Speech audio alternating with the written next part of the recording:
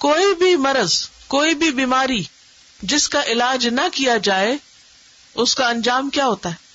بڑھ جاتی ہے یا نہیں؟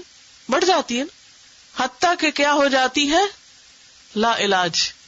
ایسا ہوتا ہے نا، مثلاً کینسر ہی ہے، اگر شروع میں ڈائگنوز ہو جائے تو علاج آسان ہے نا، اور اگر غفلت برتی جائے، اس کو چھوڑ دیا جائے تو کیا ہوتا ہے؟ پھیل جاتا ہے، اور بالآخر کیا ہوتا ہے؟ ہلاک کر دیتا ہے، مہلک ہوتا ہے، لا علاج ہو جاتا ہے. انسان جب اپنے دل کے اندر دین کے معاملے میں شک و شبہ پائے تو فوراً اس کا علاج کرائے. اللہ کے بارے میں، آخرت کے بارے میں، قرآن کے بارے میں کہیں آپ کو شک گزرے، پتہ نہیں یہ سچ ہے بھی کہ نہیں، تو کیا کرے؟ علاج. اگر علاج نہ کیا تو کیا ہوگا؟ مرض بڑھ جائے گا، اور اگر خدا نخواستہ بڑھتا چلا گیا تو وہ آخرت میں سخت نقصان کا باعث ہوگا. شک کا علاج کیا ہے؟ شک کیسے دور کیا جاتا ہے؟ علم یقینی کہاں سے حاصل ہوتا ہے؟ قرآن مجید سے، صالحین کی صحبت سے، اس پر عمل کرنے والوں کے پاس بیٹھنے سے. کیونکہ جب آپ کسی کو دیکھتے ہیں نا کہ وہ اتنا اچھا عمل کر رہا ہے تو پھر آپ کا بھی کیا دل چاہتا ہے ہم بھی عمل کریں، اور پھر آپ کو ایک تقویت ملتی. تو انہوں نے اس کا علاج نہیں کیا، اللہ نے بھی ان کی بیماری اور بڑھا دی. وَلَهُمْ، اور ان کے لیے، عذابٌ، عذاب ہے، علیمٌ، دردناک، پینفل، ان کے لیے دردناک عذاب ہے. قرآن مجید کی ایک اور آیت سے پتہ چلتا ہے کہ منافقین کے لیے سب سے بدترین عذاب ہے، وہ جہنم کے سب سے نچلے گڑھے میں ہوں گے. ان المنافقین فی الدرک الاسفل من النار، یہاں اسی کی طرف اشارہ ہے. اور علیم، بہت پینفل اور مسلسل اذیت ناک عذاب.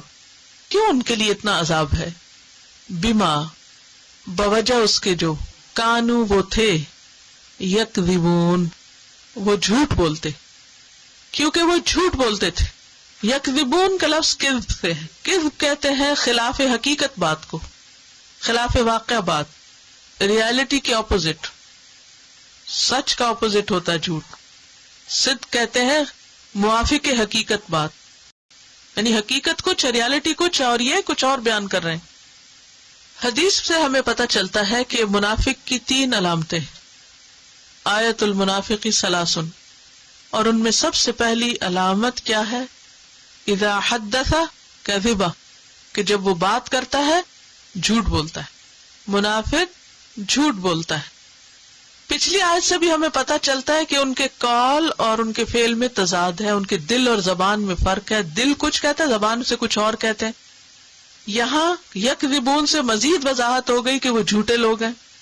تو منافقت کی سب سے پہلی، فرسٹ اینڈ فارموسٹ صفت کیا ہے؟ جھوٹ بولنا. اور ایمان کیا ہے؟ تصدیق کرنا. اور تصدیق کس کو کہتے ہیں؟ سچ بتانا. ایمان سراسر سچائی ہے، جبکہ منافقت سراسر جھوٹ ہے. وَلَهُمْ عَذَابٌ عَلِيمٌ بِمَا كَانُوا يَكْذِبُونَ، ان کے لیے دردناک عذاب ہے کیونکہ وہ جھوٹ بولتے ہیں. اور اس سے یہ بات پتہ چلتی ہے کہ اگر کوئی شخص اللہ کے عذاب سے بچنا چاہے تو اسے کیا کرنا ہوگا؟ جھوٹ چھوڑنا ہوگا. مذاق میں بھی جھوٹ کی اجازت نہیں. جھوٹ اکبر الکبائر میں سے، کبیرہ گناہوں میں سے.